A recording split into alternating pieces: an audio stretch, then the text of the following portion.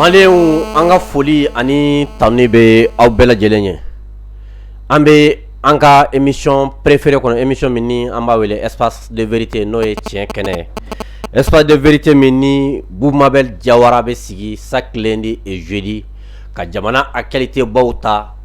k'a fɔ jamana kɔnɔdenw ka se k'a faamu kɛrɛnkɛrɛnnenya la a fanba ye armée ka monter en puissance ye. Nka bita an ye bita bila vendredi la parce que aw bɛɛ lajɛlen b'a dɔn ni Ala ye sini yira an na o bɛ bɛn samedi ma k'a ka kɛ seli ye bi ye juillet kalo tile 8 san 2022. Sani an ka don kuma kɔnɔna la an bɛ foli lase an kanubagaw ani an lamɛnbaga bɛɛ lajɛlen ma Mali kɔnɔ ani Mali kɔ kan k'a fɔ aw ye Bubu Mabel Jawara a ka grande révélation bita fanba bɛ na boli fɛn min kan o ye armée ye. Nka an bɛ an to kɔnɔna la ka an da dɔn an ka basketkɛlaw olu bɛ gɛlɛya min kɔnɔ bi. Les premiers ennemis des révolutionnaires c'est l'injustice. An bɛna an da don a la an y'a ye k'a fɔ an ka basketkɛla à peu près 7 personnes olu tun radiera ka bɔ équipe nationale yɛrɛ la. Radieli kun kɛra jumɛn ni jumɛn de ye. An bɛ an da don olu la fo ka taa se la montée de l'armée malienne en puissance. An y'a ye fana Nations Unies ko k'a fɔ o bɛ min ɲini an ka armée malienne fɛ ka fɛn bɛɛ lajɛlen kɛ MINUSMA bɛ se ka sécuriser cogo min na. An ka ministre 4 ɲɔgɔnna bɔra Jalasago sisan o taara hélico dɔ la dɔw ko o hélico ye MINUSMA ka hélico ye bɛɛ lajɛlen dun b'a dɔn hélico ye armée malienne ka hélico ye. O kuma bɔlen ka bin dɔw tilara ka fɔ tuguni ko non ko MINUSMA ka hélico tɛ ko mais ko MINUSMA de armée malienne sécuriser togo min na o bɛ se ka taa foli bila Jalasago an fa ni an baw ni an kɔrɔ ni an dɔgɔw min bɛ ni Ala sɔnna fo ka n'a bila armée k'a ka bonne nouvelle baw min bɛ yen a kɛra maa caman ye mun ye an wele k'a fɔ bonne nouvelle min bɛ yen seli ye nisɔndiya ko ye nka Bubu bɛ na kuma min fɔ aw ye o ye nisɔndiya de faralen nisɔndiya kan aw n'o nisɔndiya baw de bɛ na fara ɲɔgɔn kan ka don ni seli ye donc bi ta kɔni ye nisɔndiya baden ye bi an nisɔndiyalen don an sigilen don yan an bɛ an kanubaga bɛɛ lajɛlen fo nisɔndiya kɔni tɛ fila ye Bubu ye min fɔ ne ɲɛna sani émission ka daminɛ n'a sera k'a fɔ émission kɔnɔ ne b'a dɔn dɔw bɛ si yɛlɛ la su in na k'a dɔn k'a fɔ tiɲɛ yɛrɛ la Mali ko kɔni kɛ Mali kɛlen don maliyɛnw ta ye ka bɔ les grandes révélations de Bubu an bɛna an da dɔ la nka sani n ka kuma di Bubu ma n bɛ a fɔ aw bɛɛ lajɛlen ye n bɛ an ka sponsor officiel bɛɛ lajɛlen fo mun bɛ ka an dɛmɛ baara in bɛ se ka sabati cogo min na sponsor officiel fɔlɔfɔlɔ ye PDG ka PDG ye Bama Dramera ale produit garan PDG ba san kelen ni dɔ Bama Dramera nan dɔ ka émission espace de vérité ka se ka an dɛmɛ min bɛ se ka to émission bɛ to 5 kan an bɛ Bama Dramera fo n'ale produit garan PDG ba ye fo ka taa se agent de voyage Al Omora mɔgɔw ma ani boisson énergétique Iber fo ka taa se Moussar Douceur mɔgɔw ma. Bonne nouvelle min fana bɛ yen an ye lithium ko kɛlɛ kɛ Mali kɔnɔ yan lithium ko kɛlɛ a ma hali daminɛ fɔlɔ ni sali banna an bɛna sigi lithium ko in an bɛna sigi a kuma in kan an ye entreprise dɔw maaw la kodɔn entreprise min ni an b'a wele ABK Solar mɔgɔw u bɛ panneau lampadaire batterie lithium ani batterie zel ani cubillaire u bɛ nin bɛɛ lajɛlen fɛrɛ batterie lithium bɛ se ka kɛ batterie tɔgɔ di ni Ala sɔnna ni seli tɛmɛna an bɛna ABK Solar maaw an bɛna olu wele an n'u bɛ sigi ka fɔ kɛ u ka panneau b'u bolo lampadaire b'u bolo batterie b'u bolo ni aw mago b'u la a bɛ se k'u wele 79 11 73 16 ni o bɛɛ lajɛlen bɔra yen radio 10 ɲɔgɔnna de sɔgɔlen don an na min bɛ se ka to émission bɛ se ka sabati cogo min na radio so fɔlɔ ye radio islamique ye ale bɛ Kolokani Daɲɛ FM o bɛ Nara Miracle FM o bɛ Buguni fo ka se radio radio Filadugu FM ale bɛ Kasaro radio Gɛɲɛka ale bɛ Fana Wasolu FM ale bɛ Yanfolila Wateni FM ale bɛ Ɲɛna n'o bɛ Sikaso fɛ radio Sanso FM ale bɛ Sanso Morila o bɛ Buguni fɛ fo ka se Toguna FM ma ni Ala sɔnna an da don nin thème ninnu na bi ye Arafa ye an bɛ Ala deli maa mun sunnen don Ala ka sun kɛ baraji ye u bɛɛ lajɛlen ye ka sun kɛ baraji ye jamana in ɲɛ ka jamana in yɛrɛ basigi mouvement faso danbe la Kanaton Baber Umar Baber Diko an ka foli bu u bɛɛ lajɛlen Bubu Gani sani n ka kuma di ma fɔlɔ salisa ko a ɲɛnabɔra kana yɛlɛ bi ye donba ye donba fila de faralen don ɲɔgɔn kan bi ye juma ye donba ye silamɛw ka seli dɔ de ye juma dɔ ye bi ye arafa fana donba ye o de kosɔn bi maa bɛ yen n'i ma se ka taa juma la i ma se ka arafa i ma se ka arafa kɛ bi i ma se ka taa juma fana sɔrɔ o ye de sari silamɛya kɔni ka na bi fɛtiba caman ye da an bɛna don seli la sini laya ko a ɲɛnabɔra abu Gani n b'i fo ka lamɛnbaa bɛɛ fo Sheikh Thiame Aidara kabako furatigi an bɛ foli d'a ma a folen don an sɔrɔla don nin baara in na kosɛbɛ an b'a fo kumana ni mɔgɔ mago b'a ka numéro la 78 78 03 03 Thiame folen don Thiame folen don Gani yani n ka kuma daminɛ n bɛ foli lase honorable Fɔnba CNT Fɔnba docteur Fɔnba Gani Fɔnba ka fo Fɔnba ye hɔrɔn ye wallahi Fɔnba ye hɔrɔn ye il fait la fierté du parlementaire ça veut ni iko bi ko CNT kɔnɔ Fɔnba ye fierté de wallahi Gandi bubu Gandi n bɛ foli bele se jɔn ma min bɛ baara la dugu jukɔrɔ n'a tɛ dɔn a ye projet ni programme fɔ n ye a ye dabali ban Assane Sidibe CNT point kɛ an k'ale fo cɛ communiqué Assane Sidibe tɛ communiqué Assane Sidibe tu sais i b'a dɔn de la ko c'est une chambre qui regorge des cadres réels mɔgɔ dogolenw bɛ yen quoi i b'a dɔn k'a fɔ non compétence ye jeune don mais n'a n'i kumara ka vision f'i ye i yɛrɛ b'a faamu quoi a bɛ jeunesse dɛmɛ kojugu et puis n y'o de fɔ CNT mɔgɔ dɔw ɲɛna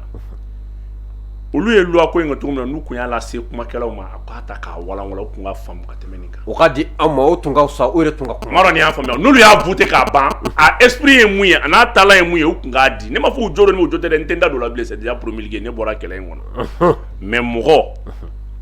mɔgɔ ti b'i nɛnkun kan mɔgɔ kuma da i b'a kalifa don dɔ la tɛ jeliya ye o tɛ foyi ye wagati bɛɛ n'a cogoya don Gani n'an ye foli di olu ma Malien cɛ n'a muso an bɛ foli d'u ma Gani anw bɛ seli sagako kuma ni fɛnw na sɔrɔsi dɔw bɛ terrain kan u t'a dɔn yɛrɛ ko sini ye seli ye Gani san b'a sɔrɔ an ka finitigiw danbɛ polisiw b'o la eaux et forêts b'o la douaniers b'o la sapeurs pompiers b'o la pénitenciers olu b'o la Gani da sera finitigi min tɔgɔ ma n da ma se min tɔgɔ ma san b'a sɔrɔ walahi an bɛ ka seli labɛn kuma min na dɔw désigné don sini et dɔw consigné don sini an ka armée finitigi bɛɛ san b'a sɔrɔ armée mɔgɔ dɔw bɛ yɔrɔ dɔw la Gani n'i taara i ɲɛ d'a kan o hinɛ b'i minɛ siga t'o la o muso n'u denw bɛ yen a bɛ kɛ cogo di an k'u fo dan tɛ foli min na sɔrɔsigɛ finitigi sara bɛ Ala de bolo mana kɛ finitigiw sugu o sugu Gani an bɛ foli di jamana ɲɛmɔgɔ ma ka sanbɛ k'a ye Colonel Assimi Goïta a n'a ka gouvernement Choguel Kokala Maïga ka taa bila CNT président na n'o ye Maliki Diaw ye k'a f'u ma ko Ala ka jamana in tali fanga Ala k'a d'u ma Ala ka bɛn sabati u ni ɲɔgɔn cɛ Ala ka jamana wuli k'a jɔ Gani n'i kana kunnafoni dila ye diya cogo bɛɛ la i k'a bɛn ni kelenya don mɔgɔ ni ɲɔgɔn cɛ minnu bɛ ka anw lajɛ u bolo ko anw t'a dɔn ko gɛlɛya tɛ jamana kɔnɔ an b'a dɔn mais wagati dɔ la ɲuman fɔli a bɛ daga parce que ni jamana bɛ gɛlɛya kɔnɔ jamana dekun i b'o to yen ka jamana ka hɛrɛ fɔ mais jamanaden jogojugu i b'o fɔ dɛ jamanaden jogojugu ani jamana jogojugu tɛ kelen ye jamana yɛrɛ bɛ jɛ ka dɛsɛ ko dɔ la a b'o to yen mais o t'a bali k'a fɔ ko anw ye misibaw de an kun bililen don k'an tɛ ko dɔn k'o fɔ o tigilamɔgɔw ye k'an bɛ ko dɔn mais nin wagati in na ɲuman fɔli baara kan ka bonya ni juguman ye ani tigɛrɔma ni critique ka sɔrɔ tɛ ka solution di vraiment k'i fo an dontɔ émission kɔnɔ Bubu bi émission a nafa ka bon kosɛbɛ nisɔndiya caman de nalen don ka an sɔrɔ bi juma nisɔndiya arafa nisɔndiya sali nisɔndiya la montée de l'armée malienne en puissance o nisɔndiya Bubu maa camanba de ne wele kunu k'i ye vidéo dɔ kɛ kunu k'a ko ko bonne nouvelle bɛ yen ne appel min sɔrɔ kunu a bɔnna hakili ma n bɛ ka taa so waati min na min mana wele n ko n bɛ mobili boli la fɔlɔ a y'a to n ka jɔ non ko c'est à dire ko nin ye urgence de nka Bubu an ka o to yen émission ban waati an bɛ n da don olu la sani an ka se armée yɛrɛ ma fɔlɔ Bubu an y'a ye an dɔgɔnin dɔw bɛ ani an kɔrɔ dɔw bɛ mun bɛ ka basket kɛ u tagara coupe du monde éliminatoire u tagar'o la k'u ye forfait signé à peu près signé fila ou bɛ signé saba ɲɔgɔn na k'u ka permis n'u ka fɛnw ma d'u ma an ye an ka ministre ye ministre des sports ministre de la jeunesse et des sports n'o ye Musa Agiye a ka publication dɔ kɛ a ka page sanfɛ an y'a ye a publication a y'a supprimer bɔlen kɔfɛ an y'a ye fédération fana kumana fédération ka kuma nana ka na kɛ mun ye o ka réaction kɛra mun ye k'u ye joueur saba ɲɔgɔn na k'u y'olu joueur 7 ɲɔgɔn na k'u y'olu araje mais an y'a ye ko fɛn ma fɔ dɔw ye Bubu e ka yeta ye mun ye basketkɛla ninnu ka situation na fɔlɔ sani an k'an da don armée malienne ka fɛn kɔnɔ. Gandi Oui. i b'a dɔn Mali kɔnɔ ni kuma ma kɛ o de bɛ na ni wulikajɔ ye. Siga yɛrɛ t'o la. N'u m'a to mɔgɔw ka kuma n'u m'a to adamadenw k'u kɔnɔ kuma fɔ n'i ye bɛɛ la man kun don dɔ bɛɛ bɛ wuli ɲɔgɔn fɛ o don i tɛ se ka bɛɛ kunbɛn o don wa bɛɛ bɛ si la. N'o tɛ barika bɛ mɔgɔ kelen na ni jama ye Ala bɛ kira dɔw kiraw ci kana u bɛna don min na non kiraw bɛ ci kana u bɛna don min na i bɛ taa sɔrɔ u cira jamakulu ma olu ka ca n'u ye mais mission bɛ ban kuma na i bɛ taa sɔrɔ u bɛ lafiya mamɛli kɛ mais i bɛna k'a fɔ jamana baara n'an y'a bɛɛ kɛ k'a maa mun ka taa don dɔ n'a kolon farala ɲɔgɔn kan a bɛ dafiri an da la. I n'a fɔ ka nkalon so jɔ. Ka nkalon so jɔ. N'i ye jateminɛ kɛ Mali bi a bɛ san caman bɔ Maliyɛnw bɛ hami ni fɛn min ye o ye kiiri ye la justice. Maliyɛnw m'a dogo i se bɛ k'i bɛ se ka taa kaso la i bɛ delili kɛ i bɛ bila i bɛ tɔɔrɔ mais jugo n'a ma falen a ka haramu don dɔ a bɛ falen k'a sɔrɔ est-ce que b'a kalama a falen ni waati mana sa a bɛ falen mɔgɔ si seko t'o la. Siga t'o la. Fɛn bɛ parce que i b'a bila i kunna mɔgɔ i b'a fɔ k'i kɛra juge ye i kɛra Ala ka baarakɛla de i bɛ Ala niyɔrɔ de la justice ye fɛn jɛlen de Ala dun fana ye fɛn jɛlen de n'i ko i bɛ Ala ka baara kɛ dugukolo sanfɛ o kɔrɔ k'i bɛ Ala de ladege f'i fana kɛ mɔgɔ sanuman de nin ko min filɛ ka tɛmɛ ninnu ni ɲɔgɔn cɛ ni denmisɛnninw bɔra k'u ka vidéo kɛ ni ministère fana fɛn ta ni Mali de bɛ ka bin a kɔlɔlɔ kɔnɔ minnu bɛ impôt taxe ta olu de bɛ ka bin a kɔlɔlɔ kɔnɔ Mali de b'a la ka drapeau de b'a la ka bafouer mais mun bɛ procureur général bali ka nin dossier saisi k'i saisi dossier in na k'i auto saisi dossier in na plutôt ale bɛ se k'i auto saisi dossier la ninnu ko u ka hakɛ dunna jɔn de y'a dun a bɔra min foroba wari de don u ye drapeau bandiri de b'u la n'o ye vert jaune rouge u bɛ ka taa jamana jɔnjɔn de représenter Mali bɛɛ de farala ɲɔgɔn kan k'i jigi da mɔgɔ 10 kan ni nafolo bɔra ko k'a d'o ma n'a nafolo ko kɛra cogo min na o kan ka ɲɛfɔ n'o dunna. mais ne ɲɛ bɛ an ɲɛ bɛ mun na denmisɛnninw b'a la k'a fɔ n y'a to Ala ma ne yɛrɛ ɲɛ bɛ ne bɛ fɛn o fɛn fɔ transition président ɲɛna bilahi bi Maliyɛnw ka hami armée ko bɔlen kɔ a la ni fɛn b'a la o ye justice ye n'u bɛ se u k'a lajɛ tiɲɛ ka da Ala ye il se peut que justice min b'a la ka kɛ a tɛ ka bɛn Maliyɛnw hakilina dɔw ma parce que an tɛ k'an yɛrɛ ye ko dɔw kɔnɔ Gani hali révision constitutionnelle min kan ka kɛ ne tɛ voter référendum na abada fɛn dɔ bɛ yen n'o ma don a kɔnɔ o fɔlɔfɔlɔ ye mun ye Gani hadamaden bɛ taa kalo caman kɛ kaso la ka tila ka bɔ k'i bila ten k'i nɔ tɛ ko la dommage tɛ sara i ye foyi tɛ sara i ye i ka hadamadenya tiɲɛna i ka hakɛ tiɲɛna i muso n'i denw i ka moral tiɲɛna il faut que État ka est-ce que b'a kalama des séjours gratuits en prison État k'a dédommage État k'a dommage sara mɔgɔw ye n'o kɛra État bɛ kangari da minɛli ni hakɛ dɔw la n'o tɛ nin ko in solution an b'a ta ka taa k'a ta ka segin maa kelen bɛ se ka nin ko in lajɛya o ye sariya tigilamɔgɔw ye i ministre o État o ka taa bila basketkɛla ninnu na o nin bɛɛ ni procureur général kun ye auto saisi dossier in na a bɛɛ kun bɛ ɲɛdɔn barisabula Ala bɛ fɛn min ka jugu ni fɛn bɛɛ ye o tɔɲɔ ye hadamaden ka wɔsi a ka hakɛ Maliyɛn farikolo ɲɛnajɛlaw sɛgɛnnen don dɛ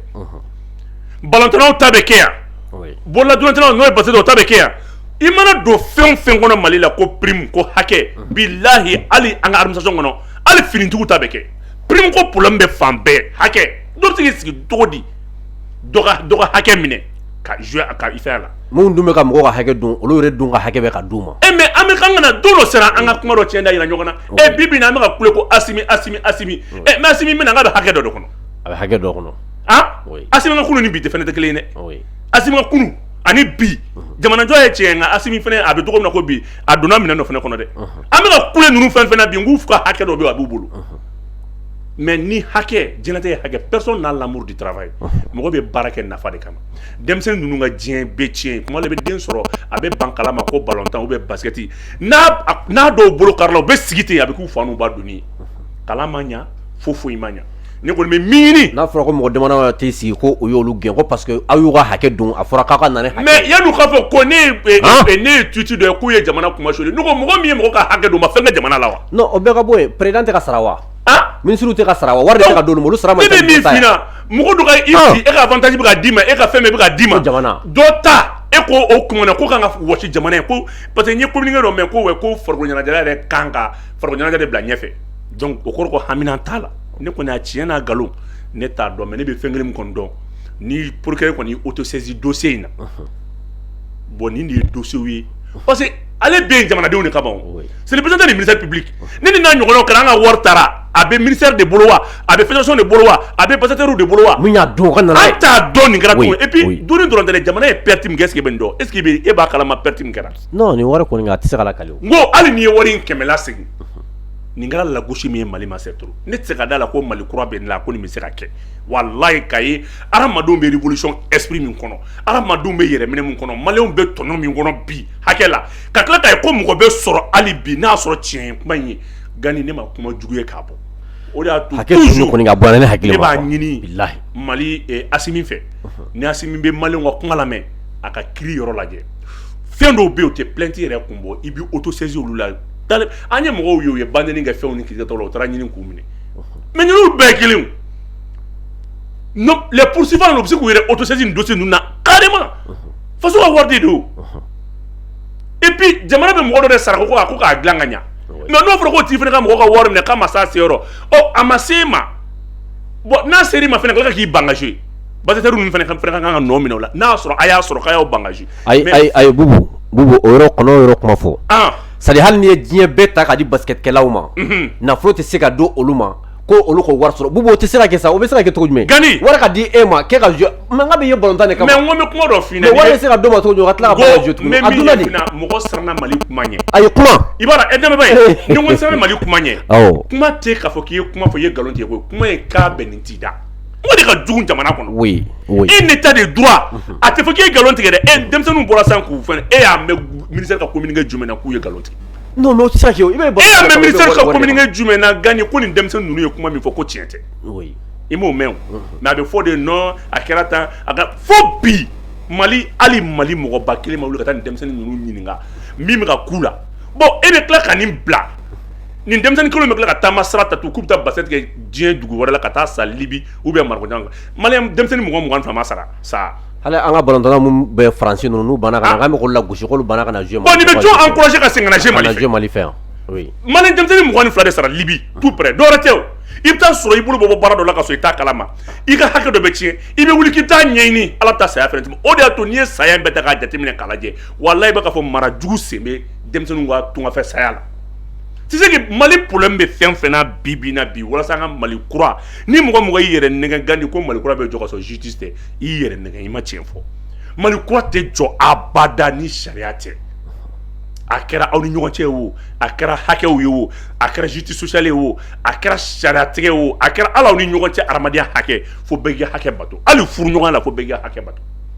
mais an ka tiɲɛ fɔ ɲɔgɔn ye ni ne ko n ko image in n k'a ma Mali la maloya a ma Mali kuma suli et puis a kɛra wagati la wagati min maliyɛnw b'a la k'u yɛrɛ di ko Mali kura a kɛra o wagati de la fɛnɛ nin ye lamaloya ko dan de bilahi yana ka bɛ ninnu gɛn fɔlɔ ne fɛ a y'a ɲini kuma min fɔra a ka fɛn situé a ka responsabilité situé fɔlɔ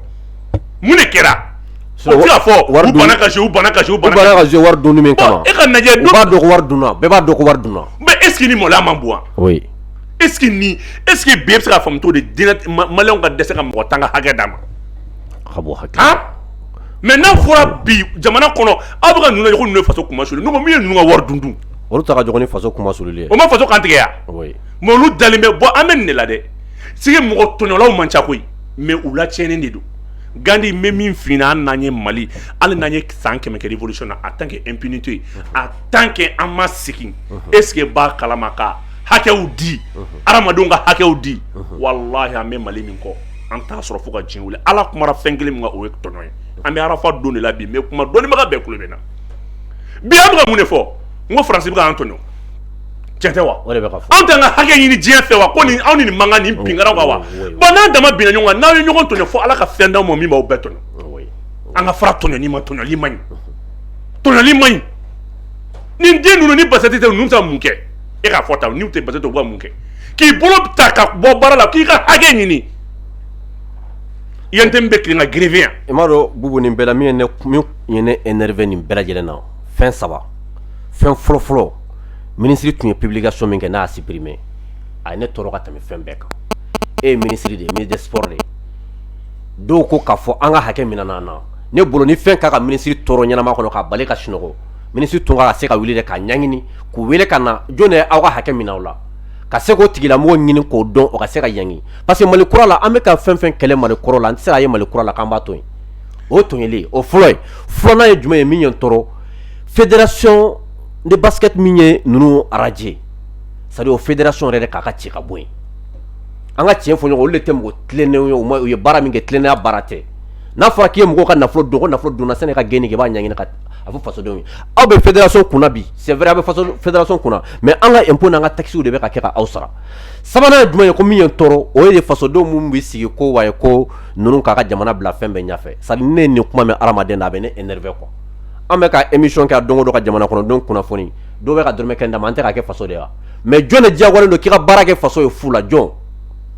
président bɛ sara ministre bɛ sara CNT mɔgɔw bɛ sara directeur bɛ sara jɔn banna ka wari la ko jamana bɛ situation difficile la i ye jɔn ye jɔn banna ka wari la ko non ko jamana kama ko ne jɛnna n ka sara kɔ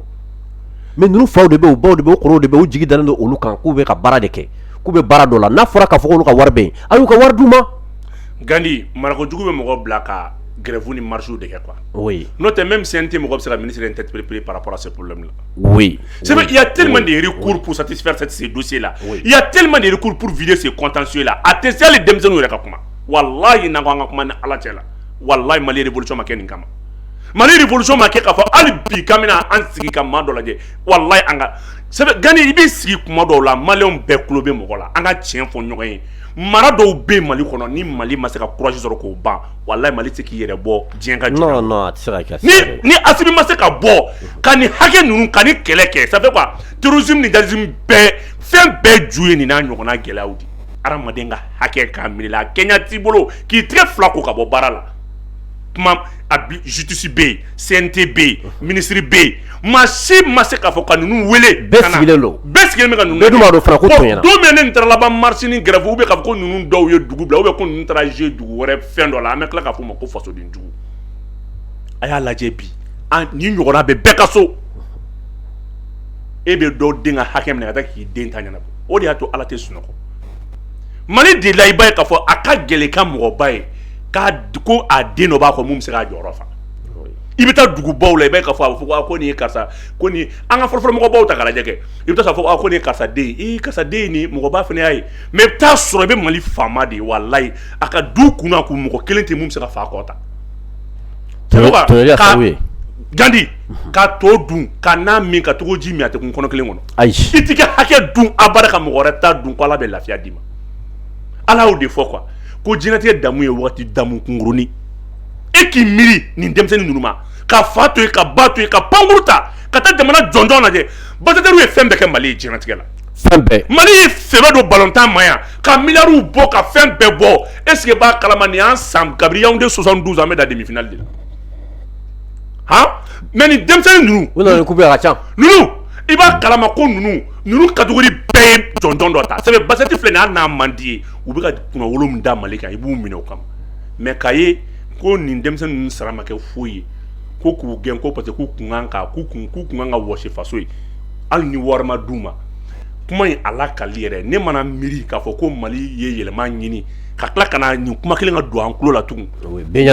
ni ko an minnu bɛ kuma transition tɔgɔ la n'an ne ko n ko ne ma maloya nin na ne nkalon tigɛ c'est vrai quoi ni mɔgɔ n'i ko kɛra i ma malo koyi i tanubaga de malo la an minnu bɛ transition soutenir n'an ma maloya k'a fɔ an maloyara Ala ko tiɲɛ walayi ni Ala n'a kira cɛ ni maa min bɛ se ka malo ko kuma fɔ ko transition y'a kan na nin hakili in don dɔ sera mɔgɔ kana don bɛ kɛ tɛgɛrɛ fɔ yɛrɛ Gandi ni tiɲɛ nana Ala de ko tiɲɛ. A mais sigikun to de b'u espace de vérité sigikun y'o de. Ala de ko tiɲɛ mais tiɲɛ de kan. mais nin bɛ se ka lakale mais n'o ma ɲɛfɔ o bɛ fɔ. ninnu ka kuma denmisɛnnin ninnu ka hakɛ kan ka ɲini u fɛ sira bɛɛ fɛ wa Ala y'a jɔyɔrɔ di faamaw ma wa recours bɛɛ bɛ yen n'a y'an diya an b'a ta est ce que b'a kalama sur le plan législatif CNT bɛ se ka interpellation kɛ ministre la par rapport à ça o bɛ se ka kɛ n'an y'a ta justice sira fɛ to est ce que b'a kalama procureur général dɔ bɛ se k'i autosaisir fɛn na le parquet même de Bamako o bɛ se k'i autosaisir dossier la n'an y'a bɔ o la président yɛrɛ bɛ se ka ninnu wele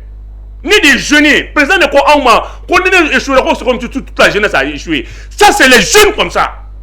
qui ont mouillé les maillots pour le pays peut-être certes ko mais ko kɔnɔ an t'a tiɲɛ n'a nkalon dɔn mais walayi Assimi kan ka ninnu wele fo Kuluba ka u lasigi ne dɔ de y'aw ye ne bɛ drapeau porter a bɛ drapeau porter ne ye soldat ye aw ye soldat ye parce que bɛɛ n'i ka jamana jɔnjɔn baara don a ye n'aw se a ka ɲɛfɔ ne ye cɛ a tun bɛ maliyɛn bɛɛ jigi sigi a tun bɛ maliyɛn bɛɛ jigi sigi ni Asimi tun ye ninnu wele ka taa n'u ye Kuluba k'u lamɛn walahi Gandi an fɛn fɛn tun bɛ transition soutenir an bɛɛ tun bɛ nisɔndiya an golo la ka dɔn k'a fɔ hali bi an bɛ min ɲini nin jamana in kɔnɔ o dɔ de ye nin mais k'o kuma bɛ ka bila ten radio Facebook fɛn ma parce que rumeur ka jugu jamana ma dɛ fɛn fɛn bɛ k'a fɔ an t'a tiɲɛ n'a nkalon mais an kɔni b'a dɔn Bassèteru de kɔni bɔra k'u ta fɔ u ye nin kɛ wa ils sont fiers wa u ma nimisa ko wa cɛ u ka cɛ ye texte dɔ ye k'a bila n'i ye texte in kalan i bɛ kasi a ko k'olu ye nin min kɛ nin k'an kana bila u kunna ko olu ye nin kɛ ko juguya don ko juguya tɛ dɛ wa k'u y'a dabɔ a kama k'u y'a dɔn fana k'a fɔ k'a bɛ jouer u kan k'a b'u ka diɲɛ tiɲɛ ko mais u tɛ fɛ u kɔ de ka tiɲɛ denmisɛnnin minnu bɛ na olu kɔfɛ k'a bɛ kɛ sababu ye a ɲɔgɔnna ka la ni ɲɔgɔnna ka k'u la mais n ka ye nin kuma min fɔ ne ye miiri ka lajɛ nin bɛ ka jamana servir ka tila ka miiri a kɔ la a peut-être ni ninnu sigira bi n'a sɔrɔ diplôme tɛ minnu bolo u bɛ taa mun de ɲɛɲini u b'a se k'u bɛ taama sira de ta mais minnu saralen don nin hakɛ ninnu ɲinini kama n'an ko an minnu bɛ transition soutenir n'an ko an ma maloya an ye nkalon tigɛ an kumasula mɔgɔ an b'a miiri cogo min a ma kɛ ten kɔni nkalon ma ye a ma kɛ ten parce que an ye kow ye kow kɛra k'u ɲininiw la nin ye jamana nin fana tenitigiw de u bɛ maillot de don u bɛ tenue de don d'accord donc franchement sani an ka don thème kura kɔnɔ bubu an bɛ se ka appel min lancer o ye de k'a fɔ basketkɛla ninnu mun gɛnna u bɛ se ka contact ta n'an ye juste ni seli banna an b'u wele ka na plateau sanfɛ an bɛ débat kala an b'o fɔ depuis bi tɛ le premier ennemi d'un révolutionnaire c'est l'injustice a bɛ diɲɛ yɔrɔ o yɔrɔ o ye an ka kɛlɛ ye an ye an ni de di jamana in ma k'a fɔ an bɛ sigi ka émission tɔgɔ da espace de vérité n'o ye tiɲɛ kɛnɛ an tɛna sigi k'a fɔ waati bɛɛ an bɛ fɛn fɔ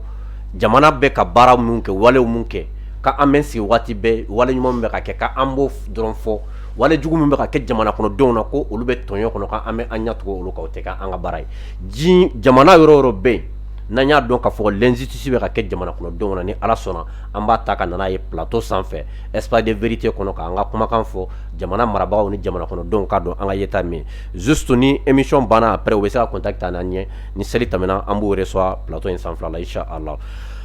maliyɛnw ni ne tun bɛ an bolo basketkɛlaw ka situation kan an kɔni ɲɛ bɛ min fɔ ni seli tɛmɛna a dossier a tɛna kuru ka bila ale dossier ni awa lithium ko dossier ni dossier b'an bolo ni seli tɛmɛna an bɛ se ka an da don minnu na ni ala ye seli ɲuman tami an kɛnɛ ɲɛna inchallah an bɛ an da don o dossier ba fila la o bɔlen kɔfɛ ye an y'a ye dɔgɔkun kɔnɔna la an ka minisiri 4 ɲɔgɔnna tun taara Jalasagu o tagali min kɛra Jalasagu an y'a ye u taara hélicoptère dɔ la hélicoptère ninnu dɔw bɔra rumeur la ko hélicoptère ko MINUSMA ta don MINUSMA de an ka minisiri ninnu sécuriser pour que u bɛ se ka se Jalasagu jamana kɔnɔden caman y'a ka fɛla fɔ o la ni ala sɔnna b'u bɛna a da don o la a bɛ explication do olu la juste ni an tilar'o la an bɛna an da don ONU ka situation kɔnɔna la ONU ko armée malienne ka MINUSMA sécuriser fo ka tila ka na les grandes révélations nouvelle ba mun b'an bolo an da na se olu bɛɛ lajɛlen ma mais ministre taali min kɛra Jalasagu bubu i ka yeta ye o la jumɛn Gani kumasuli don k'a ye ko kunnafonidila bɛ sɔrɔ ka armée la nɔgɔ ta ka Mali ministre ni Mali gouvernement la nɔgɔ ta m'a fɔ ma k'a fɔ ko kunnafonidila bɛ sɔrɔ k'a fɔ ko mɔgɔ bɛ se ka bɔ k'an ka gouvernement la gosi ne nin kɛla gosi cogo ye a digira an na Gani an bɛ gouvernement féliciter nin yɔrɔ la u taara condoléance min présenter Jalasagu kaw la oui ministre 4 aborde maintenant de l'engin de l'ère de l'armée malienne et fait du gouvernement malien, bon, de l'État malien en quelque sorte. Gani, Mali, ni ala ye wati mi se asera. Sigatola. Munu ye kuma in fɔ ka bɔ ka excuse présenter. U ye galon de tigɛ, galon tan. Hein? N b'a ɲɛf'i ye. Attendez. Gani ministre 4 hélico 2 o de wulila Bamako yan ka taa. Hélico 1 Mali fama ministre 4 b'o kɔnɔ hélico 2 o ye hélico de surveillance ye ale ye hélico de combat ye a bɛ ka 2 surveiller. A b'o nɔfɛ ka taa. A b'o nɔfɛ ka taa. Ka dɔn dɔn. 2 ye hélico de transport de troupes ye 2 ye hélico de combat ye o de tun bɛ ka 2 suit. U bɔra ka taa Sévaré u taalen Sévaré Gandhi u jiginna Sévaré u jiginnen Sévaré ministre bureau min bɛ yen u n'u ɲɛmɔgɔw ye ɲɔgɔn ye ministre bureau représentant min bɛ yen a bureau local min bɛ Mopti o représentant min bɛ Sévaré o de ko a karisa ko n'a ma ɲɛ aw ye anw bali mouvement bɛɛ la a ka d'an ye an n'aw ka taa ɲɔgɔn fɛ mɔgɔ ka taa vérifier han a ye bubu ni ye min fɔ n ko espace de vérité o yɔrɔ la muso in ale ni un commissaire de police élément de la MINUSMA olu de MINUSMA yɛrɛ fɛnɛ hélico ta armée malienne k'u sécuriser u ka sɔrɔ ka service technique minnu bɛ ministre ka hélico kɔnɔ u k'o mɔgɔ dɔw ladon MINUSMA ta kɔnɔ avion de chasse min bɛ yen o ka sɔrɔ ka hélico de chasse min bɛ yen plutôt o ka sɔrɔ ka avion bɛɛ surveiller ɲɔgɔn fɛ Gani u bɛ taa jalasaw tuma min na u taara jɔn sɔrɔ yen u taara opération kɛlɛtigi de sɔrɔ yen opération kɛlɛtigi min ta kɛlɛ kɛlɛtigi ale de kun kelen bɛ ka troupeau sol ale de kun kelen bɛ k'o baara kun b'ale de bolo fɛn o fɛn bɛ ka kɛ dugumala la ka surveillance fɛn ka kɛ dugumala la an ka nin ministre naani u taara u mɔgɔ naani Gandi an ka foli b'u ye Mali gouvernement tɔgɔ la colonel Assimi Goïta tɔgɔ la olu de taara ka taa surveillance kɛ yɔrɔ in na a kun bɛ kɛlɛtigi de bolo kɛlɛtigi de ye fɛn bɛɛ kɔndi Gani Mali de MINUSMA surveillé Mali armée de MINUSMA surveillé MINUSMA élément fɛn fɛn kun b'a la mɔgɔ fila ni plateau in an n'a bɛ bɛn selidon ma ni mɔgɔ min bɛ se qui peut nous dire le contraire an bɛna émission sigi selidon ayi bobo fo ni kelen nana selidon Gandi n bɛ min ɲɛfina dara bɛ na selidon Gani faso kunnafoni jugu dili ani fɛn bɛɛ ka kan kunnafoni jugu ni dumuni jugu bɛɛ dun ye kelen ani poison bɛɛ kelen siga t'a la i bɛ mɔgɔw de lafili oui i ka jamana b'a la kana k'i ka jamana fɛ i ka jamana to yen jamana kana k'a fɛ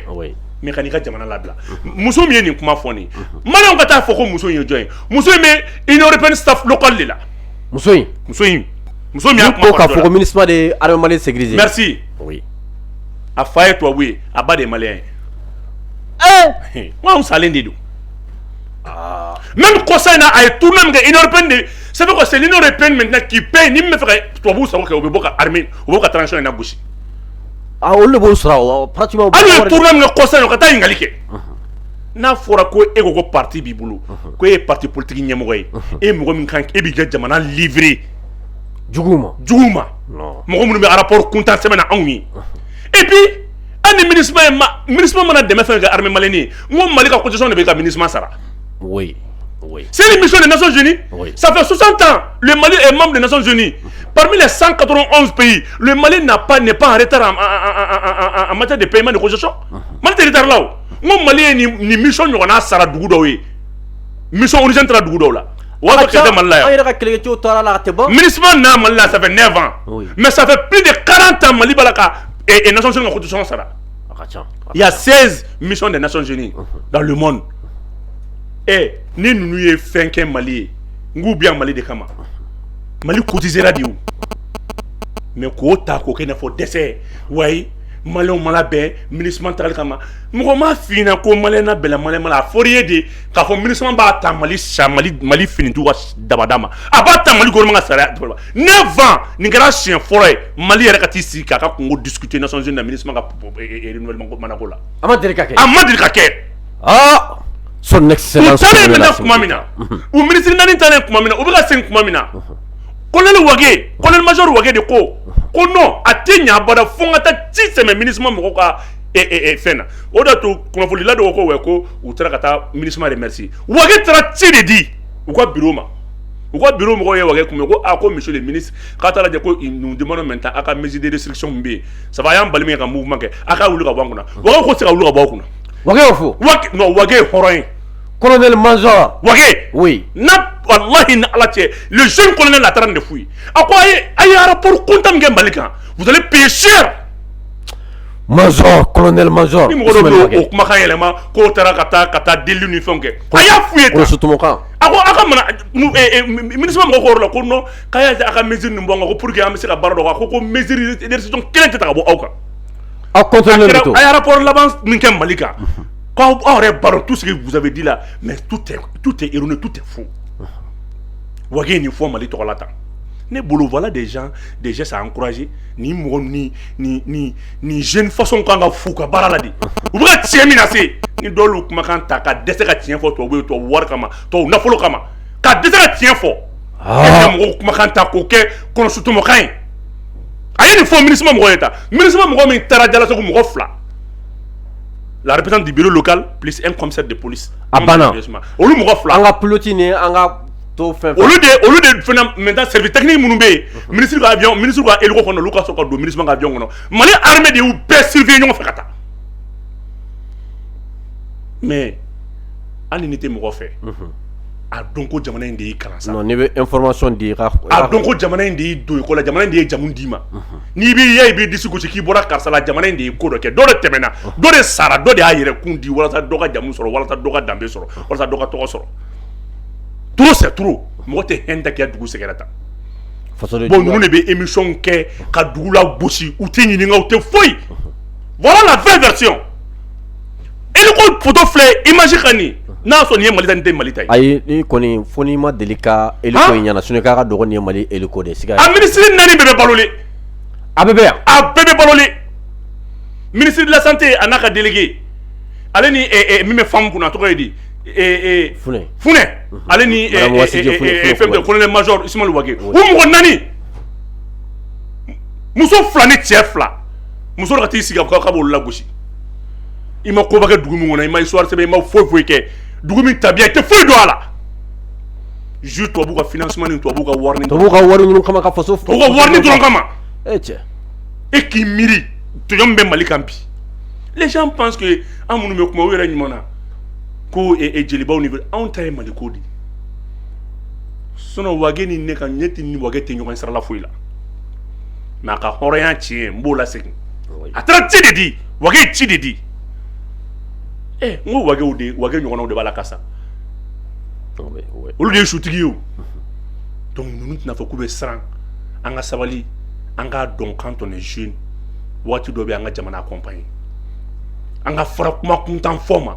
bon ni min o de y'a to an ka ministre Umaru Jara mu y'a kɔjani Umaru Jara froidement n'a jamais accepté l'offre de la MINUSMA parce que ni MINUSMA ye parce que ale bɛ action sociale délégué ale de ye social délégué mais i b'a kalama ni MINUSMA ye hali ji di ma a b'a sɛbɛn ka rapport kɔnɔ k'ale bɔra ka ji di Mali faamaw ma a b'a kɛ wallahi et puis nous demandons aussi à la MINUSMA ka bɔ a ka excuse présenter hali n'a ji carton 2 parce que le communiqué c'est faux c'est erroné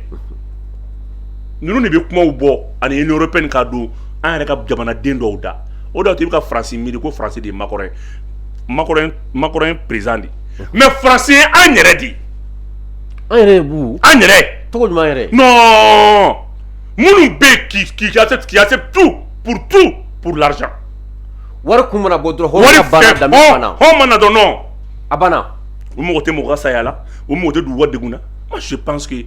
anw bɛ kuma ka tonisi de di ka courage de di k'o ka ɲa ni min ma ɲa fana an b'o fɔ ni min ma ɲa fana an b'o fɔ o fasoden ɲuman taamasiyɛn mais ni sangafo kɛra u wulila jamana ka carburant de la u wulila jamana ka minɛn de la u wulila jamana ka pankurun de la u wulila jamana ka avion de la a kana to o fana ɲumanya bɔ Mali sɔrɔsiw bolo opération kɛlɛtigi de y'u sécuriser dugu ma Mali hélico de 2 de kun don hélico 2 de taara kandi k'a fɔ a tigi ye n'u mago bɛ débat la ou bien n'u bɛ fɛ k'an wele plateau kan yɔrɔ min na ko n'a bɛnnen don cɛ fana labɛnnen don débat ko in kama sisan dɛ non mais i b'a dɔn n'an ma taa débat la chaque émission débat cɛ i tɛ débat ko in to Gandi n'an ma taa débat la i b'a kalama fɛn n bɛna mun ɲɛf'i ɲɛna ni mɔgɔ dɔ débat contradictoire face à face ni balimajugu bɛ dɔn na walahi n'Ala n'a kira cɛ n'a ma fereke la a b'i talon k'i bɔ k'i bin i b'a yira la mɔgɔ min de don parce que e ɲɛ b'a la peut-être ne bɛ min f'i ɲɛna n bɛ fɛn fɛn f'i ɲɛna n b'a bɛɛ débat ɲini a bɛɛ débat mɔgɔw kana imagine min bɔra ko MINUSMA de Mali sécuriser k'a fɔ a tigi ko ka galon tigɛ Mali de MINUSMA sécuriser ko MINUSMA yɛrɛ ka don mission na a kɛra Sevare de wa MINUSMA mɔgɔ 2 de tun b'a la ko ne de ko ten kuma tiɲɛ de nin ye ko ne de ko ten tiɲɛ wayi ko Mali hélico de ye o hélico 2 in bɛɛ sécuriser mais hélico 2 de bɔra Bamakɔ yan ka taa ni kuma wɛrɛ bɛ min bolo kana débat contradictoire ni kuma wɛrɛ bɛ min kun bolo o bɛ n ka numéro dɔ o bɛ n bɔrɔ dɔn face à face ne bɛ taa o sigi wayi Mali ye yafa deli ka kuma fɔ français la Mali y'a kɛ tan mais i b'i ka jamana lebu ta a bɛ mun ɲa ye non o tulo b'a la parce que i b'i ka jamana lebu ta k'a da a bɛ mun ɲa ye i kelen tɛ impôt sarala ye i kelen tɛ taxe sarala ye i kelen tɛ jamana jeune i kelen tɛ jamanaden ye mais n'i bɛ kuma min fɔ a fɔ tiɲɛ kan mais min fana tɛ tiɲɛ ye ka n'i ka jamana lebu ta k'a da nafa jumɛn bɛ nin na e ka kalan ka ko dɔn e ka kalan ma se ka jamana servir f'e ka kalan ka tila ka nkalon ta ka da jamana la ça sert à quoi? fasoden juguya taamasiyɛn dɔ. Voilà. Bubu ni an bɔra o yɔrɔ la sani an ka se le grande révélation de l'armée malienne an ye a ye MINUSMA ka Nations Unies ka wulikajɔ fanba bɛɛ de bi ko MINUSMA bɛ se ka sécuriser cogo min na parce que o tun ye min ɲini fɔlɔ o ye de k'a fɔ ko Barkhane tun ka appui aérien di awa fɛn ma MINUSMA ma Abdoulaye Diop tagalen Nations Unies na Abdoulaye Diop ko kuma bɛɛ lajɛlen na mɛn ka wusa ko fo Barkhane ka to Mali la Takuba ka to Mali la k'a tɛna na kɛ bilen ko ni MINUSMA ka sécurité na MINUSMA tɛ se k'a yɛrɛ sécuriser ko min ye Barkhane kɔni ko bɛ Takuba k'olu bɛ gɛn dɛ olu kɔni kɛ olu gɛnna ka ban déjà MINUSMA nana k'a nana ko ka population de sécuriser nka MINUSMA fana bɛ k'a ɲini ale fana ka sécuriser armée malienne de bɛ n'o fana kɛ yala baara bɛɛ ma kɛ armée malienne ta ye sababu. Armée malienne de tɔgɔ ko denba ɲumanw nin MINUSMA nin bibɔrɔn nalen yan non ɲ'o ye han i b'a fɔ denba Mali ma kɛ deminɛla yan oui ka maa ba 15 ko kana malidenw lakana olu yɛrɛ k'olu yɛrɛ lakanalen tɛ c'est pour cela chaque fois le Mali a fait des acquis diplomatiques an ye amendement ni revendication minnu kɛ auprès des Nations Unies le gouvernement est à saluer an ye fɛn minnu sɔrɔ a ka bon ni MINUSMA gɛnni hein mais ka France gɛn ko bon ni MINUSMA gɛnni Nations Unies ka jalajɛ min kɛra sisan jalajɛ min kɛra an ye min sɔrɔ a ka bon ni MINUSMA gɛnni Bubu ni ma nin yɔrɔ tɛntɛn dɔw bɛ k'a fɔ ko Mali dira France ma n b'a tɛntɛn ye kelen kelen a tɛntɛn Gandhi MINUSMA ye san 9 de kɛ yan o san 9 kɔnɔ gɛlɛya minnu bɛ ko la France de tun b'a résolution sɛbɛn a bɛ taa a bɛ voter a bɛ tɛmɛ ni Zen autodetermination y'i jɔ a jɔyɔrɔ a ko n'a ma ɲɛ France tɛ ne fɛ yen o tuma na France tɛ se ka MINUSMA sécuriser ne fɛ yen Ala y'o jɔyɔrɔ di Mali ma y'a une rupture avec le Barkhane tare filanan ye mun ye ko gouvernement malien ka segin ka don G5 Sahel la Mali ko ɲɛti tare G5 dugu baaraɲɔgɔnya bɛ se ka to an ni ɲɔgɔn cɛ nka k'a fɔ ko ne de bɛ don force conjointe dɔ kɔnɔ o banna kɛra G4 le gouvernement est à saluer a ye G5 tɔgɔ falen merci maintenant laban ye mun ye o ye MINUSMA ka contrat ye Mali ye amendement dɔ apporter a ko ni MINUSMA ka contrat bɛ renouveler a fɔlɔ ye mun ye MINUSMA tɛ se ka taa yɔrɔ la ka sɔrɔ an t'a kalama i b'a ko fɔlɔ a tun ma kɛ cogo min a bɛ mouvement fɛn fɛn kɛ armée Mali bɛ bɔ a kalama o ye kelen ye n'an mago bɛ effectif mun na an b'u ta an b'u kɛ k'an dafa MINUSMA tɛ sɔn fɛn kelen ma o ye saya ye non ka to kan kɔnɔ dɔrɔn Maliyɛnw bɛ sa cogo min na Mali ye MINUSMA t'o diya mɔgɔ si la donc sisan u bɛ taa terrain kan mais wari ɲininaw de don b'a mɔgɔ ye bi bɛɛ de bɛ tɛgɛrɛ fɔ n den bɛ Nations Unies mission na ani wari bɛ segin ka na a bɛ taa mɔgɔ min na ka na olu mɔgɔ t'o la n'a y'o ja dugu bɛɛ ka sa mais 2,500,000 san kelen renouvelable o tɛ 64 millions en 2 ans wari ye dɛ o mugu talen k'o di o kɛlɛ bɛ ban kɛlɛ tɛ ban hali ni ninnu yɛrɛ bɛ jalamugu meleke ninnu t'a dabila ka jalamugu meleke ka bɔ kɛlɛ bɛ ban ninnu ɲɛna donc i b'a bila i kun na ninnu bɛ fɛn min kɛ Mali kɔnɔ u ye fɛn min laɲini Mali ko bon MINUSMA an b'a fɔ k'a ban MINUSMA tɛ foyi kɛ a bɛ ta Mali ka commandement militaire Mali état major de b'a bɛɛ ta Gandhi fɛn min kɛra ni mɔgɔ t'o f'i ye i t'o mɛn kunnafoni dila da o de ye France tun bɛ jɔyɔrɔ min na ko k'o di jɔn ma MINUSMA ko wa ko France de tun b'ale sécuriser o minɛna France la o de y'a to ne b'a fɔ pays européen minnu bɛ MINUSMA kɔnɔ i b'a ye k'a fɔ u bɛ opération jɔ sisan parce que u dalen tɛ militaire africains na u dun t'a fɛ ka sa donc à tout moment a b'u kun na u pays frère n'o ye France ye est ce que b'a kalama u n'o de n'a jɛ ka opération kɛ sur le dos contre maintenant l'état malien o dun gɛnna donc o dun gɛnna bon ne b'a f'i ɲɛna c'est pour cela Mali autorité kunkolo ka ɲi kojugu a t'i gɛn a bɛ Mali ka hɛrɛ de da yir'i la ni nakun ye Mali ka hɛrɛ a b'a kɛ ɲɔgɔn fɛ ni nakun tɛ Mali ka hɛrɛ i b'a jɔ i yɛrɛ ma n ko de kɛra France la c'est vrai a b'a yir'i la nin ye jamana ka hɛrɛ ye o jamana ka hɛrɛ n'i ma sɔn a ma a bɛ contrat jɔ n'i ma sɔn a ma a bɛ contrat jɔ donc Mali ka hɛrɛ o de dara Mali sɔrɔsiw mana kɛ cɛ bayirika ye MINUSMA tɔw bɛ taa ka fara kan n'an kan ka taa yɔrɔ min na manque d'effectif tɛ yen hali France kan ka camp minnu rétrocédé a camp fɛn fɛn bɛ yen ni effectif ko problème banna u bɛ ta k'u bila armée malienne kɔ u bɛ camp ninnu sécuriser Gadi donc ne b'a dɔn o tɛ MINUSMA fɛla ye o tɛ MINUSMA fɛla ye bi o tɛ MINUSMA fɛla ye sini. o t'a fɛ wa kɛ non non non o t'o fɛ c'est pour ça u balan droit de l'homme dɔrɔn ma donc u ko komi ko kɛra tan ko France ka sécurisation ko mais ko bala k'a bɛ kɛ cogo di ONU ye jaabi bɔ o don ko ka Mali k'u sécuriser ko le Mali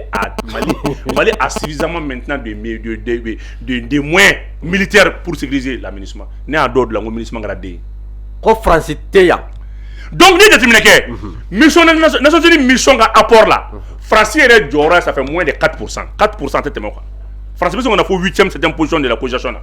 minnu bɛ wariba bɔ ka les 500 milliards là mais ale bɛ ka ɲini de o non n ko diɲɛ bɛ jɛ ka wari fara ɲɔgɔn kan ka mission financer ka taa France ka intérêt ɲini wallahi MINUSMA y'o dɔ ye donc o wari de tigɛra o wari min bɛ yen dɛ u y'a yira la ko France ka wari bɔta man ca kuma tɛ ka fɔ ka commandement bɛɛ kalifa don i la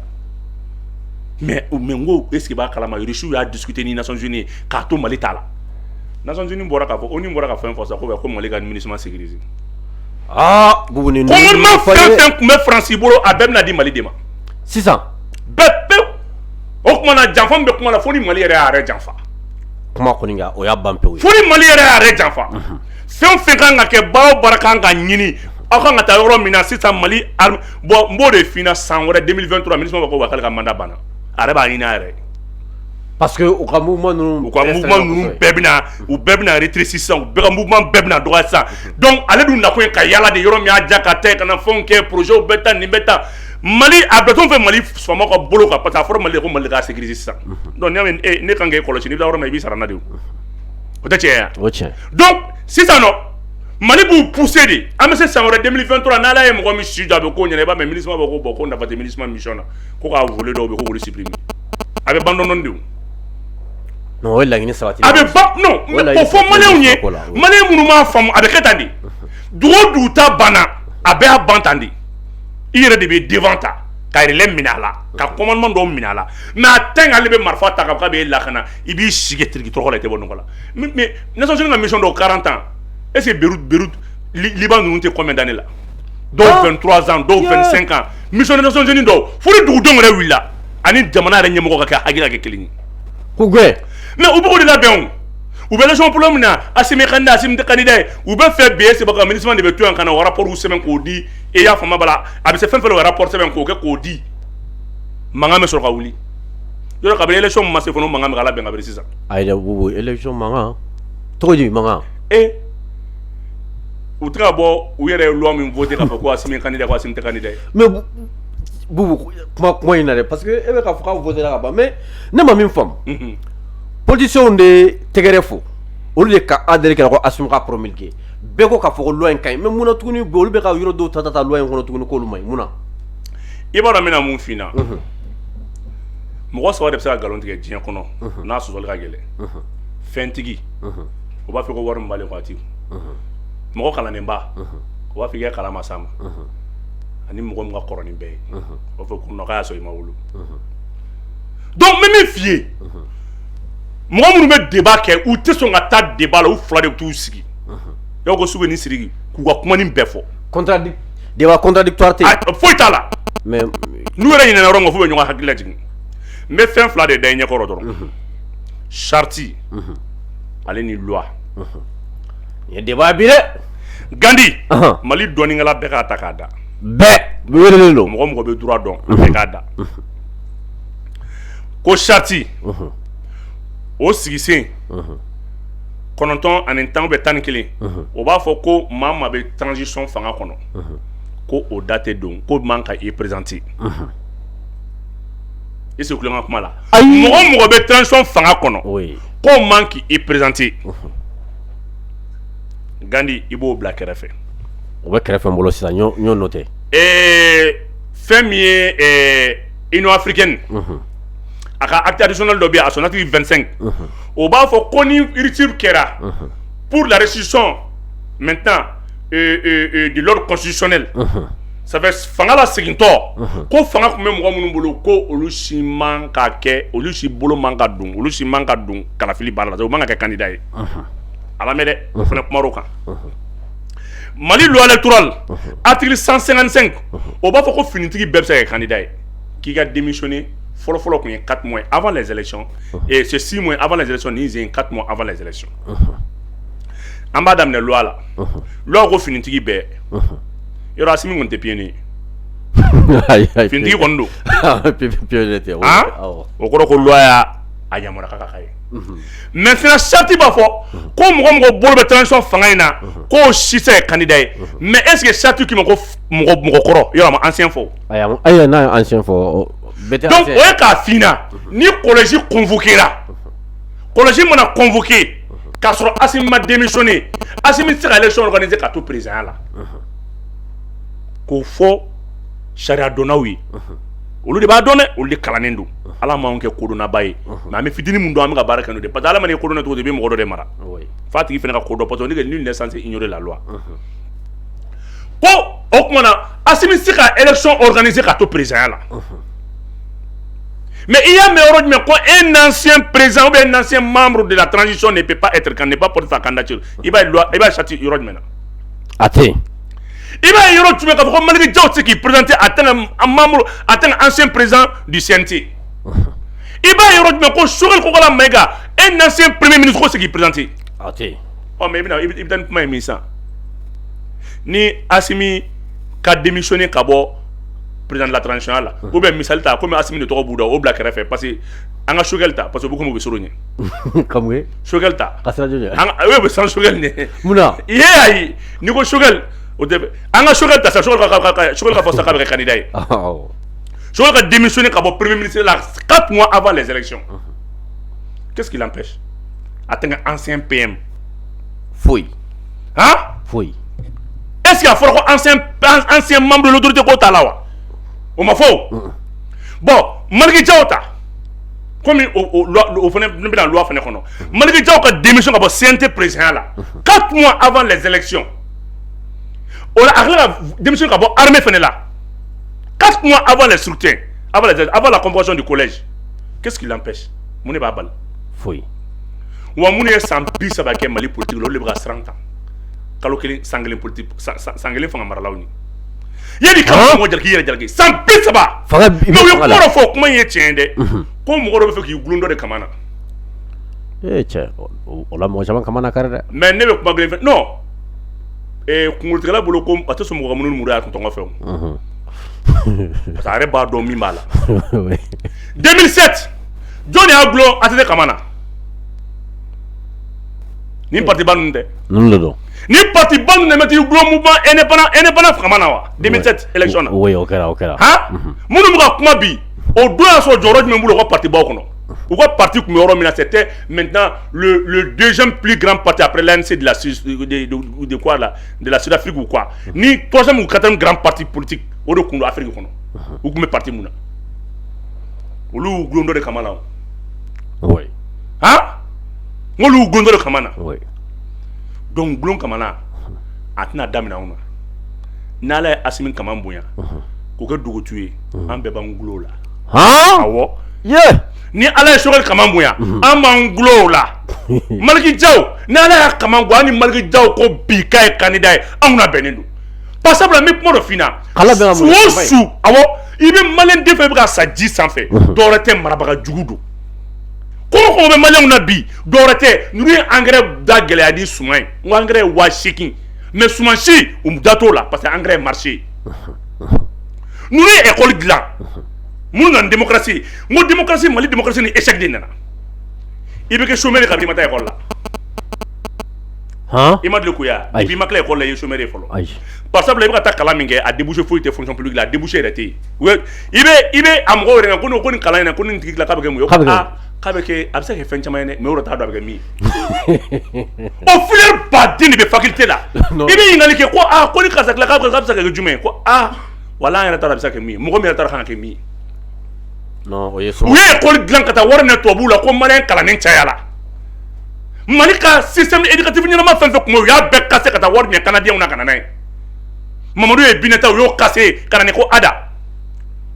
René Ada. René Ada. Ah non. Kana Mamadou et Bineta cassé kana ko René Ada. Ça fait quoi kana wari mine ka école dati. Ka kala ko wari kelen école privée del ngadu musoma. Politicien. Ka kala kana ko la nef. La nouvelle école fondamentale ko bega passé. Bega passé. Gandi ye moyenne sur ma moyenne sur est-ce que ba kala ma ni ka moyenne jigina classe ko na ko 75% ka temetro. Ana so zoro ba bebulu. Non tiens là. Ou ba sur ko au taux d'état. Nous on rapporte au taux da UNESCO nyakoro. Ah ko Mali mo kala nen tiara de. Kay wardi. Taux de scolarisation non kay yelena. Wo te so abaro dunga kala ngaya. Ayo dun na bokana. Mali mo Mali mara sam bisba la ba ngona na so ade yan kala nke. Achidien. Ish. Fait dabe kuma la wuli ou te fraka ya ou denti on comme motia. Donc ou ye demsonu suka ke kenema traka. Ou ye demsonu suka ke tungaka. Kalanti, lakanati, est-ce que ba kalama keneati? Fait un bekara clinique. Et c'est les mêmes animateurs munumbe est-ce que ba kalama fraka ke clinique lo fraka fulu ni bekara fraka ke furba docteur sol. Gagnon mo klone na leno ka fo ko mane on ka sa te tien ko kalante tien. Olu bo disi kuji ku ya kalana ko fo ta fo ku kalana ni karsa bona ni mbona amgo do be kuma fen ben to ko dugu be sous embargo al 100 ça c'est ko dugu na lenu mais madli ku yo ka to bu abare ko dugu problème ko dugu mi u de xolla hein 100 ne be kuma la 100 kuma mi mais bubu mi be kan de bala bani ko dona nunu ka fen bela ko sara dona baw yara loi électorale mi flene a sente nale ka voter yala be passer ka ta di président ma promulguer o aso cour constitutionnel mo oluma a jatemina wa même vie hein ni ye kele nyebla de quoi o bolo u be kele nyebla ima u yo kuma mun fo seda o signo kele ka seda o te mali ko ko oui mo ko de be mu seda o le ka kuma fay hein ni be samuna ne sam bisba ke politique la mfele no ani asimi mo duru be kara candidat e ne ya do ko ne fele no bici sigatala ni ye pour que jamana kono Nations Unies de rapport allez ni allemand rapport ou ya de rapport ko tien ko kurida kara de ko mais ko aujourd'hui ko la transition est aimée par les Maliens bi enteré to bu le rapport de ni sementa transition fele no jamana ko transition fele no tien ko kurida mayende ko mais ko nunu be kurida korodo se ba kala mani mo korono ni Maliens bana de quoi Maliens nyelena Gandhi mogoshi gaskete fanta mogoshi sorote fanta en tiye kono avec blanc ka do iladi oui nous me siya ko partout konna la je ou be que ministre de ko parti be bonno la mais jamana te bonno la wa ina ga parti de mo mais on be parti la tanye oui ou ga jeune munu be munu ndakabu ou bolu ta ko ga charger mission ni fon ni kitato be ou ti ta ki be kodon ou bi ta de ki dabara kabu parti nous parti c'est beau yere tu me fais ba kono na de et est-ce que nous don ti nous de mbek moro fina tu me vino rota bon nous nga je nous nga je hein oh akili na fo wuluni na tigi oui na tora kungo kono wuluni me bulga sogo mine kadi don segema na ba yira nga ke daga kono na muso na domba dube kulu fi wuluni koro anu che kumbeteni tu metane ayo wulunde na on tera meta tigre bine gema na on kulera amma panga wulga ting la kala to fembege na la hera soro ko nganjo krefe nuka nu je nyogonu teru nuka fembe de ba fortigi ma ine bubu jeune me kala fam gelengelu so chambe ka bossam ni jeune nous be kala fam gelengelu wallahi ko nu miri nous tira barakere nous ça fait parce que ou fuchite barala iba me kuye ni kala nege me ka fo ku wa barakero be ko no ko cabinet consultant de ou cabinet consultant awo ay mali ministre ko wole kana ko mimbe mit la ka 54 ka bureau ka 50 ka barama atla be somaji la abe ministre la wakati mne ta sur EPA munumbe abe ife ou abe entreprise mun attaché mu la tambi tati mu pa bo o bo action fere arebo action sans abana so tellement nous be o fon ni énergie nous be o fon binga wulu wede so te be la tandi we jamana glanka ku yara tadi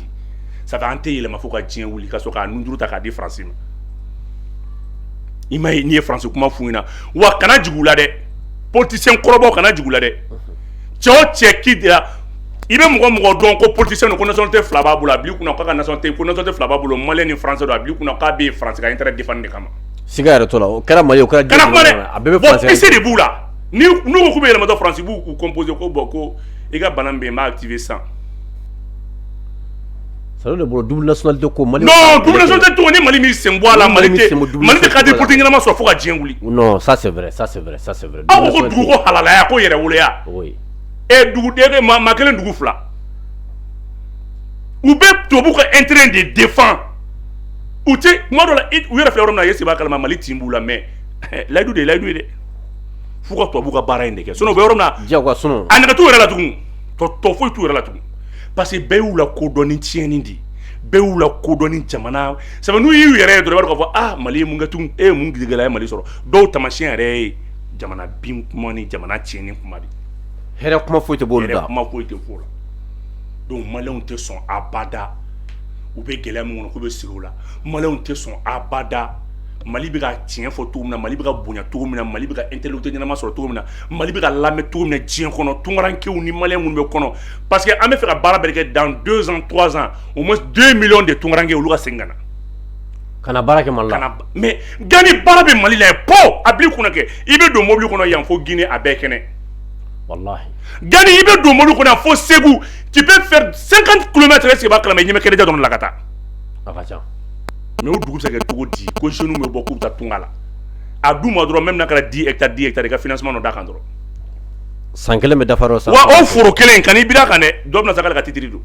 Siga t'a la. A bɛɛ ye foroba baarakɛlaw o fonctionnaire ba kelenw de kelen bɛ ka titiriw bɔ u yɛrɛ 100 hectares 150 hectares est-ce que b'a kalama fantandenw b'a la ka taa foro kɛ Espagne kɔnɔna la ka taa baara kɛ dɔ ka foro la ka taa baara kɛ Faransi dɔw ye alors que o foro ɲɔgɔnna b'u bolo u bɛ se ka na fɛn bɛɛ k'a la k'a lajɛ k'a di. U nana ka kungo san ka bila. Voilà ninnu kɛlen bɛ ka kungo san u ye dugu so bɛɛ san u ye immeuble san fɔlɔ Gandi i ma mun faamuya commerçant tun bɛ i bɛ taa sɔrɔ san fɔlɔ fonctionnaire tun bɛ luwanse kɛ commerçant de ka so kɔnɔ en général i bɛ taa sɔrɔ chaque fois i bɛ taa sɔrɔ fonctionnaire tun bɛ kɛ luwanse la a b'a sɔrɔ a bɛ jɔn ka so kɔnɔ commerçant mais bi commerçant de bɛ luwanse la immeuble bɛɛ tigi ye fonctionnaire de. U bɛ jamana dafiri cogo min na u bɛ taa so santi u bɛ jamana dafiri cogo min na u bɛ taa so santi u kelen bɛ ka kungo kɔnɔ de san k'a bila u denw ɲɛ. Wa an bɛ nin bɛɛ kɛ tan ala bɛ den ninnu ta tiɲɛ i tɛ kuma bɛɛ i b'a sɔrɔ dɔw fa ka foro bolo ka moriseli fa ye dugukolo bɛɛ san k'a bila denw ɲɛ fa bɛ ala bolo bi denw b'a la ka dugukolo moriseli. A ka ca o caman de. Bon an b'o taa ni ka segin bin ka wuli de kɔnɔ o de y'a to bɛɛ kɛra senkelenkan bolila ye wa k'an ka bɔ o de kɔnɔ k'an tɛ bɔ o de kɔnɔ k'olu balolen to olu tɛ yɛlɛma anw tɛ yɛlɛma. U tɛ jama sɔrɔ wa hali n'an taara élection na hali sini taux de participation ye 13% ne ninnu ye candidat ye ne ni politicien kɔrɔba kɛra candidat ye maliyɛn si tɛ voter. Ayi u b'o dɔn. Mɔgɔ t'o la. O de kama u t'a fɛ ninnu k'u président. Bon aw bɔra ka voter an ka bɔ ka voter o mɔgɔ t'o la. Mɔgɔ minnu bɛ budget électoral k'o calculer ka barama t'a fɛ ale ko les supports de campagne affiche nin tɛ ni affiche nin tɛ ni siège bɛɛ b'a la ani baramaw ni kutu ani basi u bɛ basiw bɛɛ k'a la. D'accord. U tɛ fɛɛrɛ k'a bara k'aw bɔ nɔgɔ la. D'accord. Vous très rapidement, on m'a fait cadeau, c'est-à-dire grande révélation du monde bibolo armée de campi. Oui, on a thème là-bas quoi. Il y a monde fort armée malienne de campi. Quel est le niveau du monde là ça boubou? Quel est le cas du monde fait 6 ans? Mais c'est que c'est une monde armée malienne 6 ans. Gandhi. Oui. Moi ni la me ba fait. Wallahi allez armée de Douma. Hein? Allez armée de Douma. Avec Assimi, 2023, ça c'est quoi là? On met mes Ghana là. Mali est deuxième CEDEAO là, après Nigeria. Après Nigeria. Après Nigeria, armée. Il y aura Assimi en a Niger là. Bon, il y a Niger là. Bon, en bas, 2023, ça c'est ce qui va faire un peu là. Est-ce qu'il va faire un mettre mes Ghana là? Il va nous. Nous avons noté câble là. Noté quoi. Tiens, il m'a coulé quoi. Femme be kana le foi tanu iri su ni be foi tanu iri su na ambe tandi ayo sigi doron aka kalmi aka nyamada kele fla de be sena de kungo konna ni konna kungo konna ni sokonna wa ni sokonna o de kele fla be san sokonna ta jume malin re fenge frango malin nunu ge anolu be nyona anolu be i olu ka jungolu de b'a kuma ta ka fɔ bamanankan na olu de b'a fina ko karisa kota mais ngo ali Hillary Clinton de Thomas Sankara ka discours de ta ka discours teni Amérique musow ye tellement que américain tellement que est-ce que ka b'u sɔnni don an ka président africain wi an ka discours b'o de ta k'o noter tellement que dirigeant africain ɲanamaw tɛmɛna Assimi a tɛ siran a ma mɔgɔ ka fɛn ta mɔgɔ ma wari d'a ma mɔgɔ ma bila fanga la mɔgɔ ma juru don a la mɔgɔ t'a muso da ye fɛn na mɔgɔ t'a a kɛrɛfɛ mɔgɔ dantina Maliki Jaw ka taa bila Sadio Kamara Wage ka taa bila Mali yɛrɛ sɔrɔsi ɲɛma ɲanama fɛnw fɛ i b'a bɛɛ ta i bɛ taa sɔrɔ a bɛɛ concentré don a ka mission de kan Gandhi aw kana miiri ko fanga a kana ninnu lajɛ fanga la a b'a lajɛ ni fanga tɛ yen don dɔ ninnu bɛ kɛ cogo di u bɛ min kɛ bi u b'a k'u yɛrɛ di u b'a fɛn fɛn kɛ walahi u tɛ kɛ Mali ye u b'a k'u yɛrɛ de n'u ye ɲuman kɛ u y'a k'u yɛrɛ n'u ye juguman kɛ u y'a k'u yɛrɛ par sabula olu de donna tariku kɔnɔ olu de donna histoire la a ye t'u kɔ a ka daw la waati fitinin Gandhi banko kelen ɲɛ wa a to i simila Gandhi bonne nouvelle bɛ yen Gandhi fɛn minnu bɛna kɛ a ka bon hakili ma yanni waati jumɛn cɛ waati jumɛn cogo di ko banna i bɛ n'i jɔ ko waati jumɛn i sigi wɔɔrɔ ni armée ni gouvernement ye baara ɲuman kɛ daminɛ dɔrɔn u bɛ émission suspend k'u bɛ taa mission na bɛɛ b'a ka mission to yen i sa kuma o parce que baara waralen don tellement que ni armée ye baara ɲuman kɛ ko bon ko i b'o mankan ko k'u bɛ ka émission suspend k'u bɛ taa mission na i sigi ka nin transition na Ala de bɛɛ de ye duwawu ni barika kɛ nin transition ye anw tɛ dɛ wa Assimi tɛ Choguel tɛ Ala ka waati se de siga t'o la u ka sɔrɔ b'u yɛrɛ de n'u jɛngɛnna u y'a k'u yɛrɛ de wa mɔgɔ wɛrɛ bɛ continuer ni Mali ye wa an ka duwawu k'u ye u bɛ sira min kan n b'o f'i ɲɛna ka bɔ kuma la d'accord i ka kuma kuncɛ kuma bi Arafa ye Gani ka foli kɛ jamana in ye ka duwawu da Gani yarabi ama Mali kɛlɛ Ala ka nin ka a kɛlɛ banni duwawu minɛli sababu ye yarabi ama maliyɛnw bɛ kɔnɔguwa min bolo Ala ka nin k'a banni Gani maliyɛn dɛmɛbaga bɛ bɔ yɔrɔ o yɔrɔ a kɛra diɲɛ mɔgɔ o mɔgɔ ye Ala k'a bɔ ka na fara maliyɛn kan Mali kɛlɛ ban pewu ka duwawu don kɛ Jalasagu ka taa bila o kumana fɛn min ye cɛmancɛ bolo ye Bankasi ni Koro fan bɛɛ hali sɔgɔmada in na maliyɛnw kun bɛ sɔrɔsi saba su donna mobili yɛlɛnna mini kan Gani nin bɛɛ tɛ fɔ dɛ sɔrɔsiw b'a la k'u nin di anw ye don o don olu sara t'an bolo anw bɛ ka sini seliko sagako jɔrɔ u bɛ su donna san sɔgɔmada in na u tun bɛ su donna donc ka armée fo k'a fɔ a samɛ ni y'an ka émission laban ye yanni seliba cɛ vraiment ka duwawu don kɛ jamana ye ka duwawu kɛ jamana gouvernement ye premier ministre a n'a ka mɔgɔ bɛɛ ko Choguel Kokala Mayiga ka duwawu k'u ye Gani ka duwawu kɛ e ni ne yɛrɛ ye k'a fɔ ma o kumana i ka yafa ma baaraɲɔgɔnya la o kumana baaraɲɔgɔnya in gasi ka samɛ foli k'i ye a kan bɛɛ Bubu n yafalen don i ma n b'a ɲini Ala fɛ Ala ka yafa an bɛɛ lajɛlen ma bi ye donba ye bi ye Arafa ye an bɛ min ɲini an balimaw fɛ Ala ka su ninnu Ala k'a kɛ baraji ye an ye Ala k'a kɛ baraji ye jamana ɲɛ Ala ka jamana in Ala k'a basigi an bɛ an ka jamana marabagaw minnu bɛ yen bi an b'u fo u ka wulikajɔ a n'u ka cɛsiri la an tɛ sigi k'u fo cogo si la bamananw bɛ min fɔ wani tɛ san sɔrɔ juru ko k'an ka sponsor officiel bɛɛ lajɛlen fo kɛrɛnkɛrɛnnenya an bɛ foliba di maa min ma kɛnɛ in kan o ye Bama Dramera ye produit garant PDG ba Bama foli b'i ye k'i tila ka sɛmɛsɛmɛli ka kɛrɛnkɛrɛnya maa kelen min ye jamana in kɔnɔ bi o ye Bama Dramera ye jɔyɔrɔ kɛ min tiɲɛ yɛrɛ la n'a ka nafolo a y'a di fantan ma a y'a di dɛsɛbagatɔw ma a y'a di silamɛw ma an b'a fɔ Bama Ala ka an ka sanw caya Ala ka yafa an bɛɛ lajɛlen ma Ala ka haminako nɔgɔya wa salam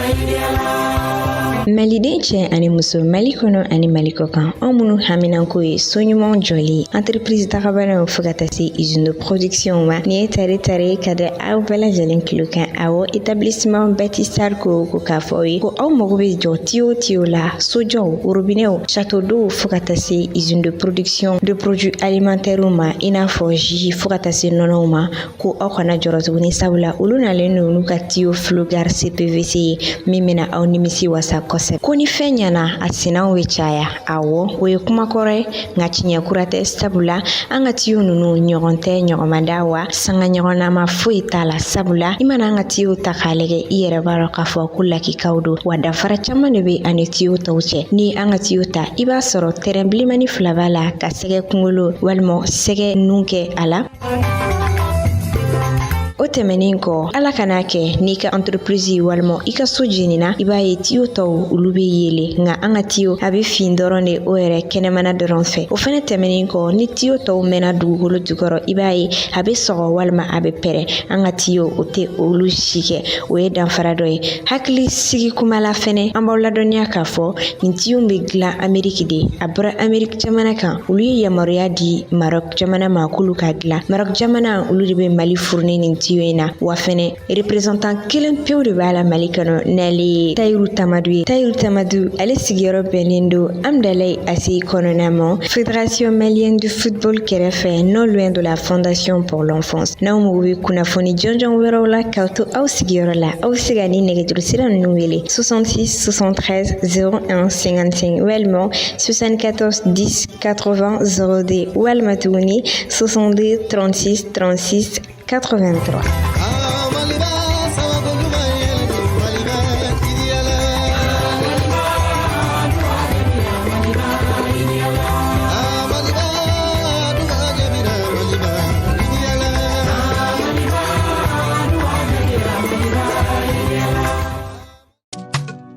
Supermarché Abiba Market. Supermarché Abiba Market mawte yoro dugulina. Olu sigiyoro benendo Nyamakoro cité UNICEF ma. Femi unicité des enfants reman janyogona. Station Total kɛrɛfɛ choy. Niko Supermarché Abiba Market. Afɔ an mago bɛ se magoɲɛ mina misɛnnin fɛn fɛn ma nin bɛɛ lajɛlen bɛ sɔrɔ u ka yɔrɔ la. U ko ko an musolakaw ka lafiya ko o de ye olu ka laɲini ye. O de hukumu kɔnɔna na sa sogo la sagonen kɛrɛnkɛrɛnnen ɲuman o bɛ sɔrɔ u ka yɔrɔ la. Ka san dɔrɔn ka taa kɛ daga la. Fɛn min ye u nana an lafiya tobili minan ko o fɛnɛ ta fanfɛla la dumuni minan ɲumanw nin bɛɛ lajɛlen de bɛ sɔrɔ u ka yɔrɔ la mɔninguru lasagolen fo ka taa se magɔrɔninw ma o ni malo kɛrɛnkɛrɛnnenw bɛɛ lajɛlen bɛ sɔrɔ u ka yɔrɔ la wa ko i ye so furan ko ka jɔsi ko kasagɛlɛnin b'i ka sokɔnɔna na ayi o bana Supermarché Abiba Market mɔgɔw fɛ yen nɔ fɛn min ye kasadiyalan ɲuman deodorant dumanw ye ɲɛgɛn kɔnɔna ale ni sokɔnɔnaw kama fɛn min ye fauteuils bɛɛ lajɛlen ni yɔrɔ bɛ a la o b'u fɛ yen nɔ ka hadamaden yɛrɛ fɛnɛ kasadiya a fɔ Supermarché Abiba Market mɔgɔw fɛ yen o ma dɔn o fɛnɛ dɔrɔn ma dɛ fɛn min ye minfɛn sanumanw ye u bɛ u fɛ yen nɔ minijiw b'o la fo ka taa se boisson énergétique ani an ka sukirori dumanw ma nɔnɔkɛnɛw b'u fɛ yen nɔnɔkumu sukoromaw bɛɛ lajɛlen de bɛ u ka yɔrɔ la. N'i bɛ fɛ k'i to i sigiyɔrɔ la ka nɛgɛjuru banban ka Supermarché Abiba Market maaw lasɔrɔ i bɛ weleli kɛ 78 68 17 68. Supermarché Abiba Market en lafiyara. Purchase your tracks today.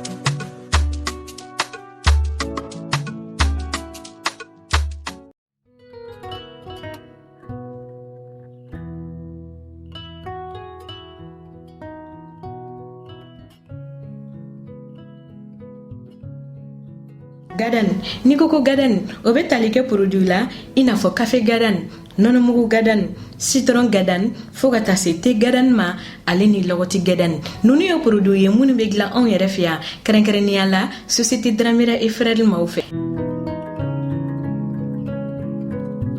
Ni mɔgɔ min mago bɛ nin produit ninnu na i bɛ se k'i senfa biribiri ka se boutique la mun tɔgɔ ye ko boutique 711 711 ale carilen don Bamako fantan ani naani bɛɛ lajɛlen de la ni o fana ye société Dramera et Frères maaw ka boutiquew ye kɛrɛnkɛrɛnnenya la fɔlɔfɔlɔ o bɛ tali kɛ Alde Bamako kɔnɔna na ni e b'a fɛ ka i to i sigiyɔrɔ la k'u wele i bɛ se ka weleli kɛ nɛgɛjuru sira la mun bɛ tali kɛ 76 14 19 19.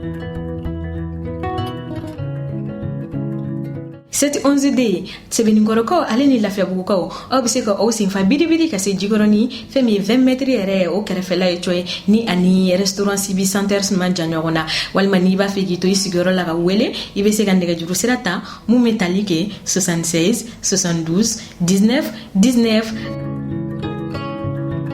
Kalabankorokaw fo ka taa se Kabalakaw ma aw bɛ se ka aw senfa biribiri ka se Cɛbani fɛn min ye lycée Demba Kanda Keita o kɛrɛfɛla yɛrɛ la coye wala n'i bɛ fɛ k'i to i sigiyɔrɔ la k'u wele i bɛ se ka weleli kɛ nɛgɛjuru sira la 74 62 19 19.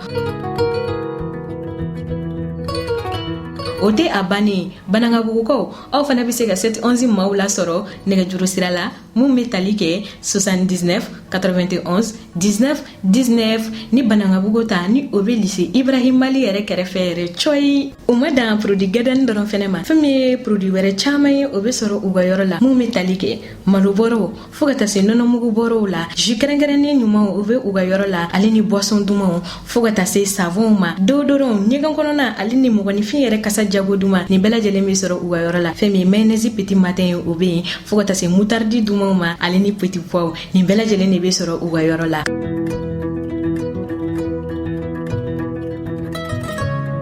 Ka wasa sɔrɔ dumuniko ta fanfɛla fɛ a fɔ ko société Dramera et frères lafiya bulonba.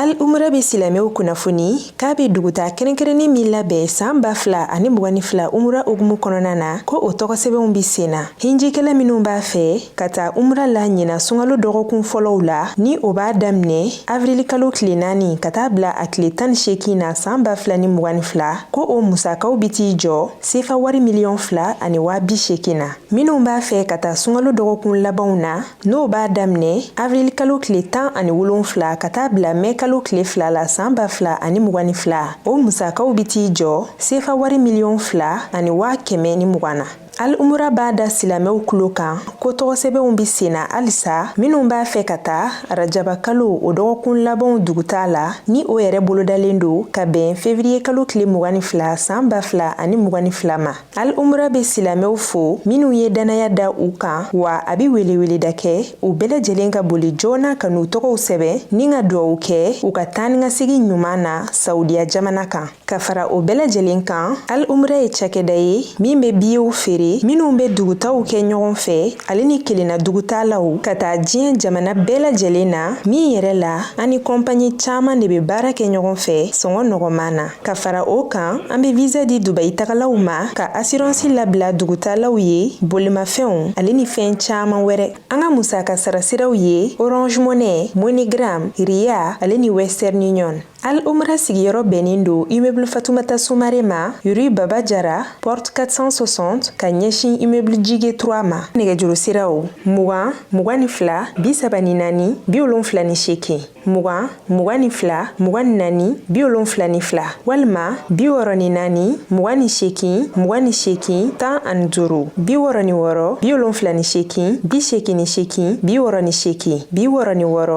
66 77 51 juru walima 76 15 77 84. An ka email alomrabas@yahoo.fr. An ka bɔlɔlɔsira http://alomra.com.